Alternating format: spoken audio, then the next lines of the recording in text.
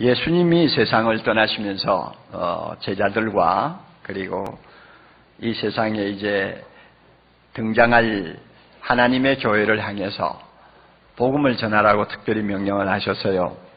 복음을 전하는 것도 스케일을 조그만하게 전하라고 하시지 않고 모든 민족에게 온 세상 땅끝까지 복음을 전하라고 말씀을 하셨거든요. 예수님이 이렇게 떠나면서 부탁을 하셨는데 이 명령이 워낙 엄숙한 명령이라 우리가 이름을 이렇게 붙입니다. 대사명, 제일 큰 명령이다. 또 지상명령, 최고의 명령이다. 이렇게 학자들은 별명을 붙입니다. 신약 성경에 보면 이 지상명령을 한 5번 반복해서 기록이 되어 있습니다. 여러분 잘 아시겠지만은 마태복음 28장 19절 이하에 보면 너희는 가서 모든 족속으로 제자를 삼으라. 뭐 대단한 거죠. 모든 족속을 복음 전해서 예수님의 제자 삼으라고 했으니까 대단한 거죠. 그리고 마가복음 넘어가면 마가복음 16장 15절인가요? 너희는 온 천하에 다니면서 복음을 전파하라. 온 만민에게 복음 전파하라고 또 말씀하시고 또 누가복음에 가면은 24장 47절로 기억합니다. 그 말씀 보면 또 간접적으로 복음을 전하도록 명령하세요. 구약에 기록한 대로 제사함을 얻게 하는 이 복음이 예루살렘으로부터 시작해서 모든 족속에게 전파될 것이 기록되었으니 너희는 이 모든 일의 증인이라. 이 모든 일에 너희가 증인이다 하는 말은 너희는 이 복음을 땅끝까지 전하는 사람이 되어야 된다 하는 명령이 그 속에 포함되어 있습니다. 그리고 요한복음 20장 21절 아버지께서 나를 세상에 보내신 것 같이 나도 너희를 세상으로 보낸다. 아예 파송한다 하고 말씀하시고 드디어 이제 클라이막스로 사도행전 1장 8절에 오면 오직 성령이 너에게 임하시면 너희가 권능을 받고 예루살렘부터 시작해서 어디까지? 딴 해가지고 땅끝까지. 그렇죠? 땅끝까지 내 증인이 되리라. 이 말은 내 증인이 되라 하는 명령이 그 속에 들어있어요. 십자가에 죽으시고 부활하신 예수 그리스도는 하늘의 권세와 땅의 권세를 다 하나님으로부터 위임받은 최고의 통치자, 최고의 권력자입니다. 왕 중의 왕입니다. 이 왕 중의 왕이 우리를 향해서 이렇게 명령하셨어요. 땅끝까지 복음을 전하라. 그리고는 자기는 하나님 나라로 가셨습니다. 마지막 명령이죠. 그러므로요, 이 엄숙한 명령 앞에 아무도 아니요 하고 말을 할 수가 없습니다. 일단 예수님을 나의 구주로 마음에 영접하고 주님하고 부르는 사람은 예외 없이 이 명령에 복종할 수밖에 없어요. 만일 우리가 예수 믿고 복음을 전하라는 이 주님의 말씀을 대수롭지 않게 여기면서 세상을 살고 있다면 한 가지 분명한 사실이 있습니다. 예수님의 가장 큰 명령을 거부하고 있다는 것입니다. 그러므로 전도 안 하고 그저 적당히 신앙생활하면서 세워라 내워라 하고 보내는 분들 뭐 천당은 갈지 모르지만은 예수님의 가장 큰 명령을 고의적으로 거부하거나 무시하고 살았다는 그 점에 대해서는 아마 책임을 면할 수가 없을 거예요. 이만큼 예수님의 이 지상명령을 순종하는 것은 우리 모두에게 대단한 의미를 갖는 것입니다. 여러분 우리가 믿지 아니하는 형제들을 볼 때 이 형제 구원해야지, 예수 믿도록 해야지, 어떻게 하면 전도할 수 있을까 하고 우리가 안타까워하는 이유가 어디 있느냐 말이에요. 예수님이 전하라고 명령을 하신 것을 알고 있기 때문에 안타까워하는 거예요. 우리가 지난 20년 가까이 대각성 전도 집회라는 새 생명 축제를 열고 해마다 6개월 동안 준비하면서 한 영혼이라도 더 구원하려고 우리가 정성을 쏟는 이유가 뭡니까? 교회가 세상 끝날까지 모든 족속에게 복음을 전하라고 하신 이 예수님의 명령을 조금이라도 등한히 한다면 그 교회는 존재할 이유가 없는 거예요. 그러므로 우리가 매년마다 어떻게 하든지 주님의 이 명령 한번 순종해보고자 하는 몸부림으로 대각성 전도집회 새생명 축제를 열어서 오늘까지 이어나왔습니다. 얼마나 엄청난 열매들이 참 우리 앞에 나타났습니까? 이것은 교회가 세상에 존재하는 본질적인 이유이기 때문에 이걸 거역하면 교회는 교회의 머리 대신 하나님의 명령을 거역하는 것이에요. 그러므로 우리가 이 명령을 예사로 보지 마세요. 뭐 선교사들이나 특별히 소명으로 알고 행하는 일로 보지 말라고요. 여러분 예수님을 나의 주님이라고 고백합니까? 주여 하고 부릅니까? 나의 왕이라고 고백합니까? 하나님이라고 고백합니까? 고백하시면 그분이 주신 제일 큰 명령, 여러분이 거역하면서 인생을 살고 신앙생활을 못해요. 그런 모순은 없습니다.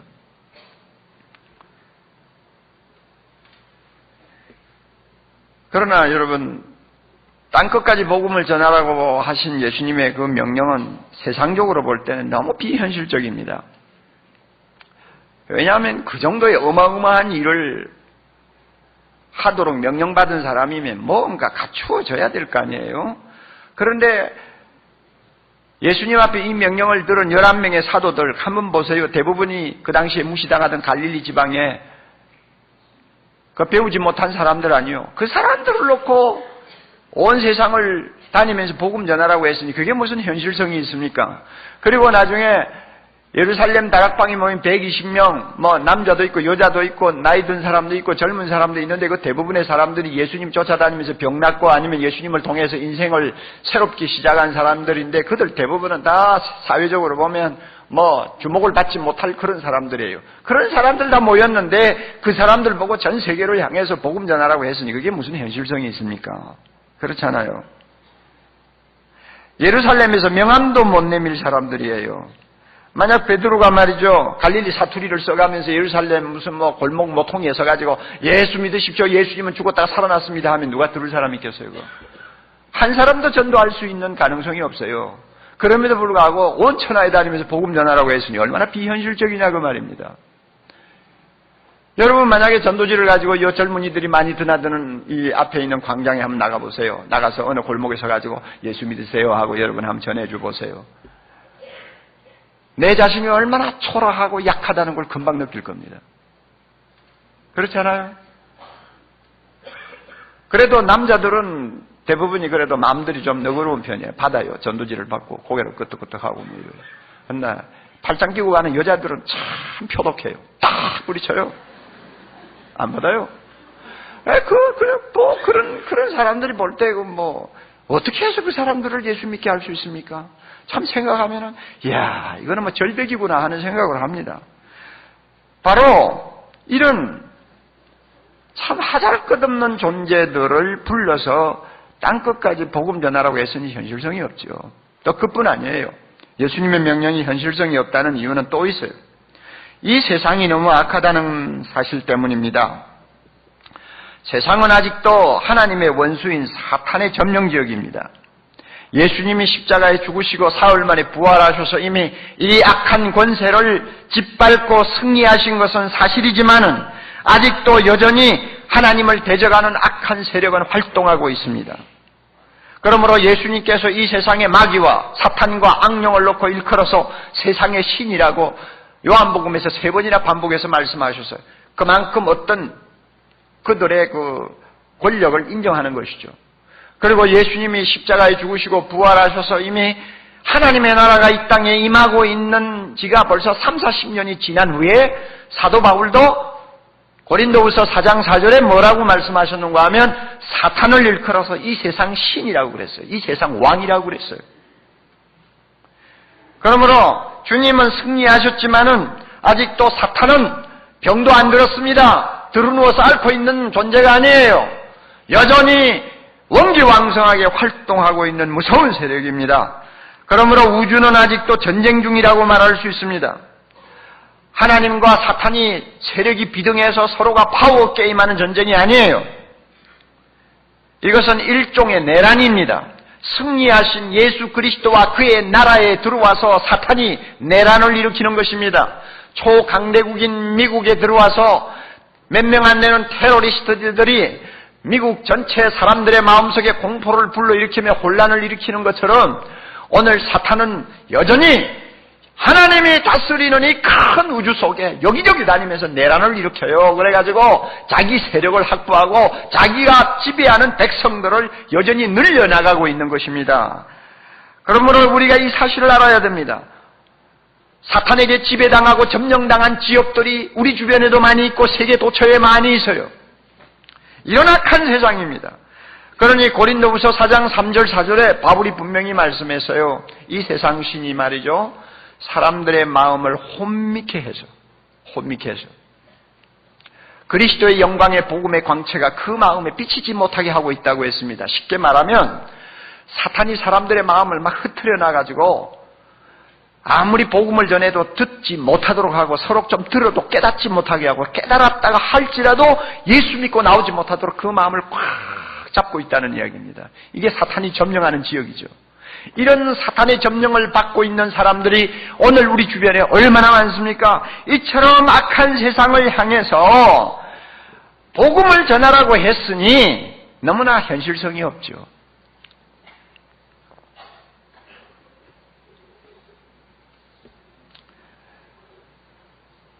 복음을 전해야 될 사람을 보아도 신통하지 못하고 복음을 전해야 될 현장을 보아도 너무너무 악하고 무섭고, 이런데 어떻게 우리가 복음을 전합니까? 어떻게 땅끝까지 예수 그리스도의 나라를 확장할 수 있습니까?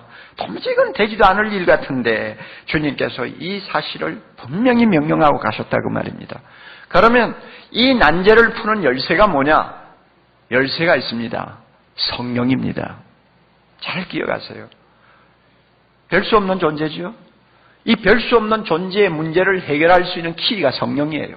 이 세상 악하죠? 이 악한 세상을 어떻게 우리가 다룰 수 있습니까? 그것을 다룰 수 있는 열쇠가 성령이라고 말입니다. 성령의 능력이라 말입니다. 성령의 능력을 받으면 우리는 강해집니다. 얼마만큼 강해지느냐? 예수님만큼 강해집니다. 우리가 성령의 능력을 받으면 아무리 세상이 악하고 어두워도 우리 앞에 대적하지 못하는, 적수가 되지 못하는 존재가 되어버립니다. 성령이 키입니다. 이것은 예수님을 통해서 이미 입증이 되었습니다. 예수님은 하나님의 아들이십니다. 할렐루야. 그가 세상에 오셨지 않습니까? 아무리 연약한 인간의 몸을 입고 오셨다고 할지라도 하나님의 아들이 오셨는데요, 벌써 그분 자신이 이 세상의 모든 권세를 지배할 수 있는 영광을 갖고 계시죠. 그럼에도 불구하고 그가 세상에 오셔서 일할 동안에는 모든 것을 성령에게 의탁했습니다. 성령이 말하게 하시니까 말하셨고, 성령이 전도하게 하시니까 전도하셨고, 성령이 병든 자를 고치게 하시니까 고치게 하셨고, 성령이 나중에 죽은 무덤에서 일어나게 하시니까 예수님이 일어나셨어요. 전적으로 성령에게 예수님이 의탁하셨어요. 사도행전 10장 38절에 그 사실을 이렇게 말씀합니다. 하나님이 나사렛 예수에게 성령과 능력을 기름 붓듯 하셔서, 성령과 능력을 예수님에게 기름 붓듯이 하셔서 그 능력에 힘입어 두루 다니시며 착한 일을 행하시고 복음을 전하시고 그 다음에 마귀에게 눌린 모든 자를 고치셨다고 말씀했습니다. 예수님이 그렇게 해서 이 세상에서 복음을 전하시고 십자가에서 승리하셨어요. 누구의 능력으로? 성령의 능력으로. 다시 한번, 예수님이 이 세상에 오셔서 복음을 전하시고 십자가 지시고 부활로 승리하셨습니다. 누구의 능력으로? 성령의 능력으로 승리하셨단 말이에요. 예수님이 자기가 그렇게 하셨기 때문에 제자들을 보고 또 우리들을 보고도 똑같이 하라고 말씀합니다. 너희들이 성령을 받아야 돼. 성령 받아야 땅끝까지 복음 전할 수 있어 하고 우리에게 가르쳐 주셨어요. 그러므로 예수님이 성천하시기 전에 그렇게 말씀하셨잖아요. 너희가 성령이 임하셔서 너희에게 권능으로 무장시키기 전에는 밖에 나가서 예수 믿으라는 소리 할 생각하지 말라. 기다리라고 그랬죠. 기다리라고 그랬어요.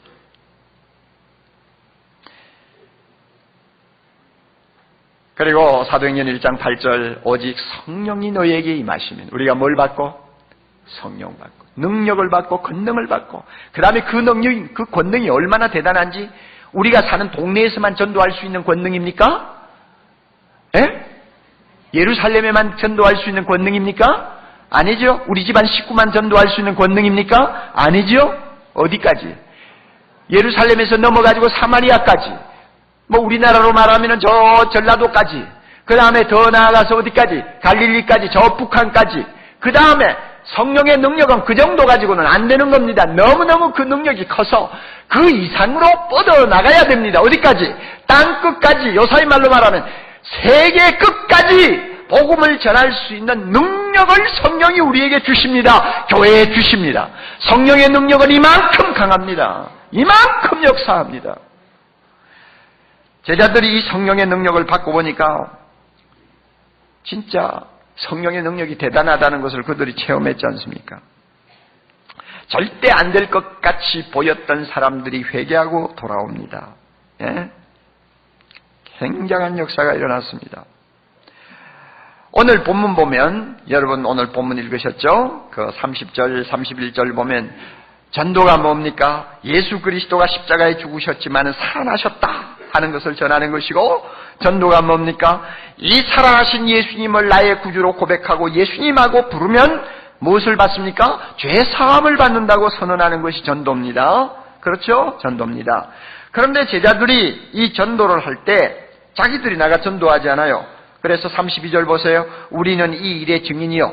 제자들이 나가서 전도를 했습니다. 그런데 전도하면서 보니까 한 가지 놀라운 사실을 발견했습니다. 내 혼자 전도하는 거 아니라고 말이에요. 전도를 해보니까 내 혼자 전도하는 것이 아니더라. 그럼 누가 전도하느냐? 보세요. 사람들에게 주신 누구도 그러하니라. 뭡니까? 누구예요? 성령도 그러하니라. 그러하니라가 성령도 증인이더라 하는 말입니다. 내가 가서 전도하지 않아요? 근데 내 혼자 전도하는 게 아니더라는 거예요. 내 안에 거하시는 성령이 내하고 같이 전도하는 것을 그들이 체험했어요. 그러니까 엄청난 열매들이 그들 앞에 나타난 것입니다. 전도라는 건 그래요. 성령의 능력 받으면 놀라운 일이 일어납니다. 여러분, 베드로가 그렇게 비겁한 사람이 전도를 하니까 얼마나 큰 일이 일어났습니까?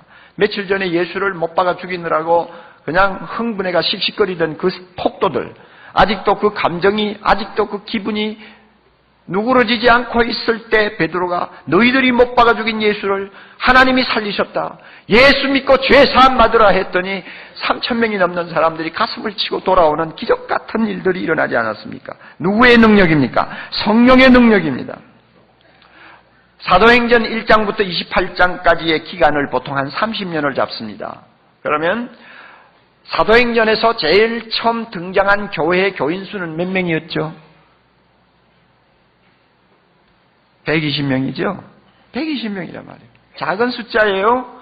그런데 한 30년이 지나고 나니 사도행전의 그 기간 동안 예수 믿고 돌아온 모든 성도들의 숫자를 학자들이 대충 추측해서 10만 명이라고 봅니다.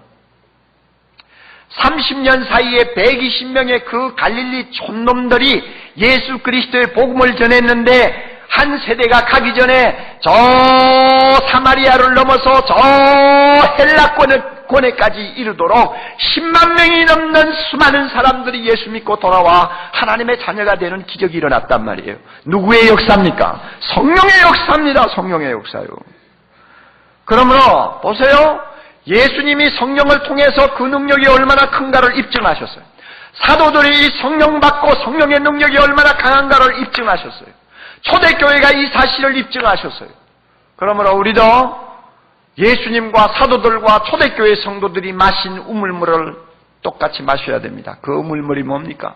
하나님의 능력의 원천인 성령을 마시는 것입니다. 우리 모두 성령을 마셔야 돼요. 그런데 감사하십시오. 성령은 이미 교회에 임하셨습니다. 할렐루야. 성령은 우리 모두에게 임하셨습니다. 우리 마음에 거하십니다. 그러니까 우리가 나와서 예배드리고 주님을 향해 찬양하는 것입니다. 성령이 이 가운데 계세요. 이 가운데 계세요. 성령이 사랑의 교회에 임하셔서 역사하셨기 때문에 지난 20년, 23년 동안 대각성 전도 집회를 18번을 하면서 적어도 우리가 그 14,000명 이상 되는 사람들이 이 자리에서 복음 듣고 일어나서 예수 믿겠다고 하면서 눈물을 흘리고 하나님 앞으로 돌아오는 기적을 우리가 보았잖아요. 성령이 구하시지 않았다면 어떻게 이런 기적이 일어납니까? 절대로 불가능합니다. 절대로 잊을 수가 없어요. 사랑의 교회에 성령이 임하시고 사랑의 교회에서 지금까지 역사하신 우리 성령 하나님을 찬양할 수 있기를 바랍니다. 할렐루야. 이 놀라운 역사가 있어요. 내 안에 성령이 거하세요. 그러나 성령이 교회에 거하시고 성령이 내 안에 임하셨다는 사실 하나만으로 안주하면 안 됩니다. 중요한 사실 하나가 필요합니다. 그 성령은 충만해야 합니다. 교회에 충만해야 합니다. 내 안에 충만해야 합니다. 내 안에 충만해야 됩니다. 내 가정에 충만해야 됩니다. 한국교회의 성령이 충만해야 합니다. 충만할 때 역사가 일어나요. 사도행전 보세요. 베드로가 성령이 충만하여 가로되, 바울이 성령 충만하여 가로되, 스데반을 놓고 성령과 믿음이 충만한 사람, 모두가 충만한 대명사들이었어요. 이 충만의 역사 때문에 하나님과 원수된 사람들이 복음 듣고 돌아오는 기적이 일어나는 것입니다. 우리도 충만해야 됩니다. 여러분, 성령이 충만하다 하는 것은 막연한 것이 아닙니다. 성령 충만한 사람, 성령 충만한 교회는 특징이 있어요. 막연하지 않아요.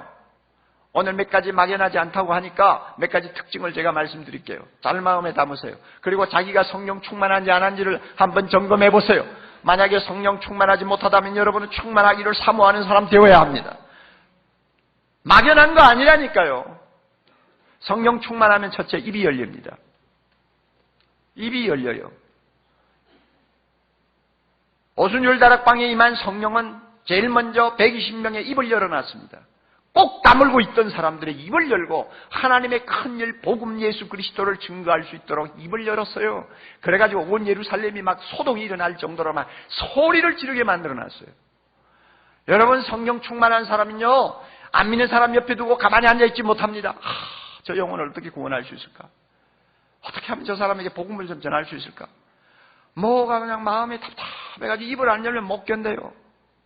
어쩌다가 입을 열지 않고 그냥 피곤해가지고 입 딱 다물고 그냥 놓쳐버리고 나면 집에 들어와서 마음이 편치를 않아요. 여러분, 누가 우리 안에 충만한 것입니까? 성령이 충만한 사람이니까 그런 감정이 일어나는 것입니다. 아시겠어요? 알아요? 몰라요? 그리고요, 믿지 아니하는 사람, 차를 타고 가다가 만나든지, 길에서 만나든지, 커피숍에서 만나든지, 어쩌다가 우연히 동창 한 20년 전에 동창을 만났다든지 했을 때, 이상하게 말을 하고 싶어. 그런데 내가 무슨 말을 할까? 처음에는 그저 벙벙하죠. 그러나 일단, 너 교회 나가니? 예수 믿니? 하고 일단 입 열기 시작하면 그때부터는 전도 폭발을 배웠든지 말았든지 성경을 많이 알든 모르든 상관없어요. 나도 모르게 어디서 그냥 말이 줄줄 나오는지. 누가 하는 말이에요? 약간 주책 없는 말도 들어가 있지만은, 그러나 진짜 키포인트는 누가 주시는 말씀이에요? 성령이 주시는 말씀이에요. 왜 이런 성령의 말씀이 내 입을 통해서 나옵니까? 내 안에 성령이 충만하기 때문입니다.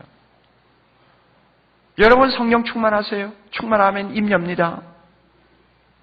또 두 번째로, 성령 충만하면 담대해집니다. 담대해져요. 사람을 두려워하지 않습니다. 사람을 부끄러워하지 않습니다. 세상을 두려워하지 않습니다. 겁쟁이 베드로가 성령 충만하자 얼마나 담대해졌는지 우리가 사도행전을 열기만 하면 금방 나오지 않습니까? 전도라는 것은 사탄을 향해 선전포고하는 것입니다. 내가 벌써 전도지 들고 나간다! 사탄을 향해 선전포고하는 것입니다. 그러므로 기독교를 일컬어서 전투하는 종교라고 그래요.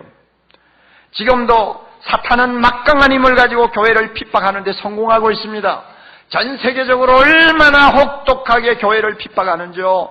전도하려고 하는 사람들을 얼마나 못살게 구는지 압니까? 여러분, 데이빗 바렛이라고 하는 유명한 통계학자가 있습니다. 그 사람의 통계에 의하면은 1900년대에 복음을 전하다가 끌려가 죽은 순교자들, 그 다음에 예수 믿지 않겠다는 말을 하지 않기 때문에 믿음 지키다가 죽은 순교자들이 얼마나 되느냐? 1년에 15만 명이 된다고 통계를 내놨어요. 그러므로 하루에 약 400명 꼴이 지구 도처에서 예수님 때문에 목숨을 잃는다는 이야기예요. 북한에 있는 저 참혹한 핍박까지 다 포함이 되는지는 모르겠어요. 이만큼 사탄은 오늘 자기 때가 얼마 남지 아니한 줄 알고 집요하게 갖은 수단 방법 다 동원해서 복음을 전하지 못하도록 핍박하고, 복음을 듣고 예수님을 나의 구주로 고백하는 자들을 못 살게 구는 거, 우리가 이걸 알아야 됩니다. 그러나 여러분, 아무리 사탄이 아우성을 쳐도 우리가 성령 충만하면 복음은 이 사탄의 역사를 우리는 다 짓밟고 승리할 수 있습니다. 할렐루야. 왜냐하면 예수님이 승리하셨기 때문입니다. 그러므로 담대해져요. 여러분, 사람 보고 막 겁이 나요? 전도하려고 하면 막 부끄러워요?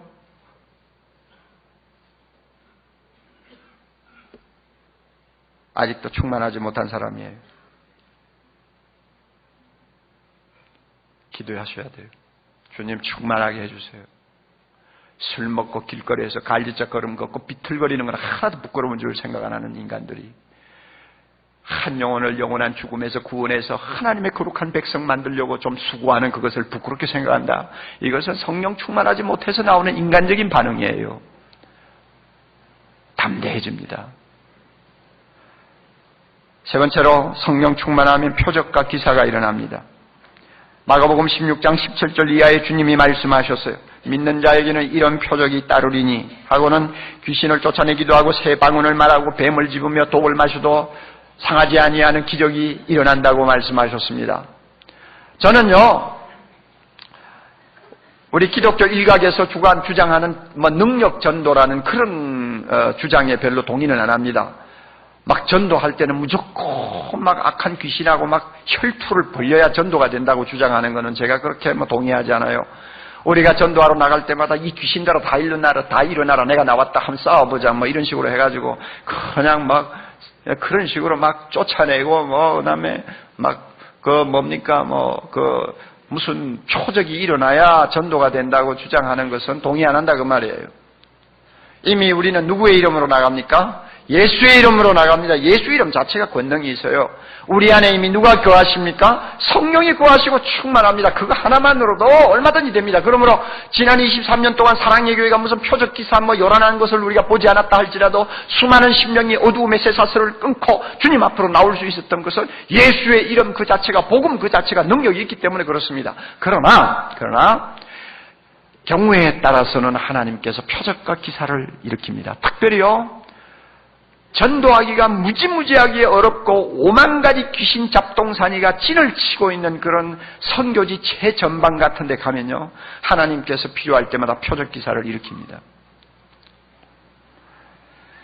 램지 맥뮬렌 박사라고 하는 분은 예일대 역사학 교수인데요, 로마 제국을 연구한 가장 권위 있는 교수로 알려져 있습니다. 로마 제국이 어떤 나라인지 아시잖아요. 황제를 신으로 섬기는 나라였습니다. 그리고 그 나라에는 5만 가지 신들이 그리고 신하와 그 다음에 많은 귀신들이 살고 있다고 사람들이 믿고 겁을 먹고 날마다 제사를 지내는 나라였습니다. 이런 나라가 어떻게 300년 사이에 기독교 나라로 바뀌었을까? 어떻게 300년이라는 짧은 기간 안에 그 촌놈 같은 몇 사람들이 전하는 예수 그리스도의 복음 앞에 그 큰 제국이 무릎을 꿇게 되었을까? 이게 그 맥뮬런 박사에게는 굉장히 관심거리였어요. 그래서 그 300년 기간 동안에 어떻게 해서 복음이 이렇게 전 국가에 확산되었는가를 연구해서 책을 하나 낸 것이 있습니다. 그 책에 보면 그 당시에 기독교가 그렇게 로마 제국을 정복할 수 있었던 여러 가지 이유가 있지만 그 가운데서 가장 두드러지는 이유가 뭐냐 하면 귀신을 쫓아내는 능력이 탁월했다는 것입니다. 표적이 일어난 거죠. 그러니까 여러분 무슨 귀신이도 모르고 귀신에 들려가지고 헛소리하고 떠들고 하는 사람들, 전도하는 사람이 가가지고 예수 이름으로 물러가라 하니까 그저 깨끗하게 물러가고 새 사람 되고 예수 믿고 돌아오고, 그 다음에 어떤 신전에 가가지고 예수 믿는 사람들이 한마디 전하니까 그 신전에 있는 모든 것들이 그저 수라장이 되어버리는 역사가 일어나고, 이런 소위 하나님과 그 다음에 하나님보다도 못한 열등 신하고의 어떤 대결에서 예수의 이름이 이기는 능력과 표적이 계속 나타나니까 나중에는 로마 제국을 흔들어 놓는 큰 역사가 일어난 것입니다. 지금도 선교지에 가면요, 그 무식한 토족들 상대로 해가지고 복음 전할 때 선교사를 통해서 표적 기사들이 많이 일어납니다. 성령 충만하면 이와 같은 표적과 기사가 우리에게도 일어날 수 있다는 것을 우리는 믿습니다. 또 성령 충만하면 놀라운 전도의 열매가 일어납니다. 예루살렘에서처럼 집단 회심이 일어납니다. 빌립보에서처럼 가족들의 회심이 일어납니다. 그리고 성경에 기록되지 아니한 수많은 개인 회심이 일어납니다. 개인적으로, 가족적으로 많은 사람이 집단적으로 회개하고 돌아오는 대부흥이 일어날 수 있다는 말입니다. 언제? 우리가 성령 충만하면요. 그러므로 여러분이 가서 전도했는데 한 사람이 예수 믿고 돌아왔어요. 여러분 성령 충만한 증거입니다. 그리고 그 사람 때문에 그 가족이 그냥 10명이 다 예수 믿고 돌아와서 교회에 나와요. 여러분 놀라운 성령에 충만한 사람인 줄을 믿으시기 바랍니다. 우리가 예수 믿으라고 하는 것은 회개를 촉구하는 것입니다. 회개를 촉구하면 하나님이 용서해 준다고 하는 약속을 주는 것입니다.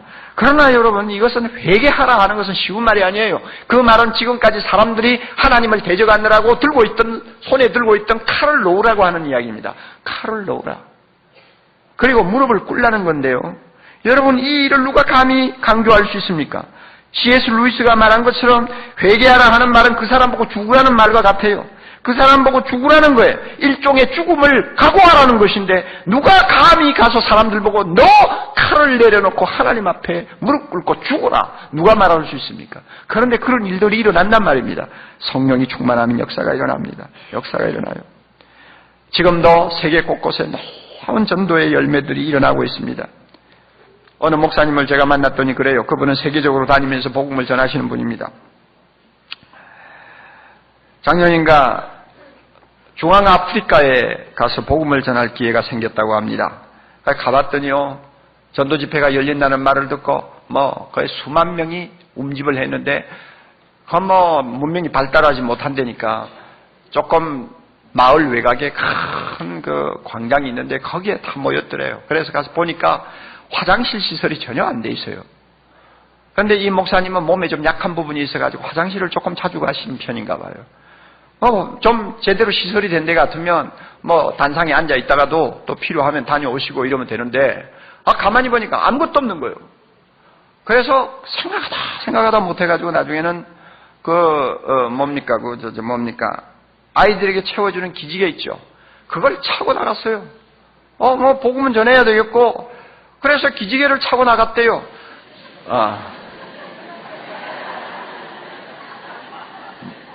뭐라고 그래요, 그걸? 기저귀 말해서. 다이퍼를 차고 나갔다고 말이에요. 기저귀를 차고 나갔어요. 그래가지고 단상에 앉아있는데 이분이 원래 심장이 약합니다. 그날따라 심장이 자꾸 막 조여오는 것 같고 답답하고 그래서 하나님 앞에 계속 기도했대요. 하나님, 내가 이거 예수 그리스도의 복음을 전하러 왔는데 여기서 만약에 심장이 똘꺽해가지고 쓰러지면 이게 무슨 망신입니까? 이 5만 가지 우상 다 섬기는 사람들 앞에서 도무지 안 됩니다. 복음 전하고 호텔에 가서 죽어도 죽어야 되니까 절 좀 도와주세요. 꼭 좀 도와주세요. 이렇게 막 기도하고 앉았다가 나가서 복음을 전했대요. 그러니 여러분, 기저귀 차고 나가고 심장이 막 벌렁벌렁 뛰는 사람이 무슨 전도를 하겠어요? 그럼에도 불구하고 하나님께서 그를 통해서 복음이 증거되니까 숱한 사람들이 수천 명이 예수 믿겠다고 나오는 놀라운 광경이 일어났습니다. 여러분, 성령 충만하면 엄청난 열매가 지금도 일어납니다. 지금도 우리 앞에 나타납니다. 여러분, 지난 8월 달에 우리 교회에서 제주도 섬전도를 갔지 않습니까? 박우인 집사님, 임효숙 집사님이 이 부부가 팀장이 되어가지고 39명이 갔는데 그 팀 중에는 71살 잡수시는 허학관 집사님까지도 끼어 있었어요. 그런데 여러분, 우리가 제주도 잘 알잖아요. 우리나라에서 제일 전도가 안 되는 데입니다. 거기는요, 전체 인구의 정말 몇 프로가 겨우 신자입니다. 얼마나 열악한 데인지 몰라요. 그래서 거기에 있는 교회 목사들이 그래요. 한 사람 전도해서 예수 믿고 돌아오면 육지에서 100명 돌아오는 것과 같다고 그래요. 그랬는데 우리 전도팀이 가가지고 기도하면서 300명 가까운 사람에게 복음을 전했는데 여러분, 그 가운데서 110명이 예수 믿겠다고 결심했대요. 놀랍습니까? 안 놀랍습니까? 우리 교회 전도팀에게 성령이 충만한 것입니다. 그런데요, 아무리 결심해도 교회에 나와야 되잖아요. 법한교회라고 제주도에 있어요. 그 법한교회 목사님이 너무 흥분해가지고 연락을 했습니다. 뭐라고 했는지 알아요?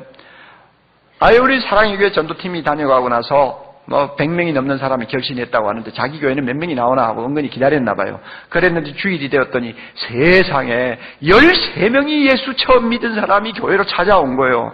그러니 그 교회가 그 제정신이 있었겠어요? 뿅 하고 가버린 거예요, 그냥. 예배도 제대로 못 본 거예요. 목사가 너무 흥분해가지고. 그러니 한 명이 100명에 해당한다면 1300명이 돌아온 거나 마찬가지라고 말해요. 그렇지 않아요? 그래가 너무너무 흥분해가지고 편지를 보냈어요. 오늘도 우리가 성령 충만하면 하나님께서 큰 열매를 주십니다. 아무리 내 가정에 믿지 않고 고집하는 사람이 있다 할지라도 내가 성령 충만하면 그 사람 반드시 예수 믿고 돌아옵니다.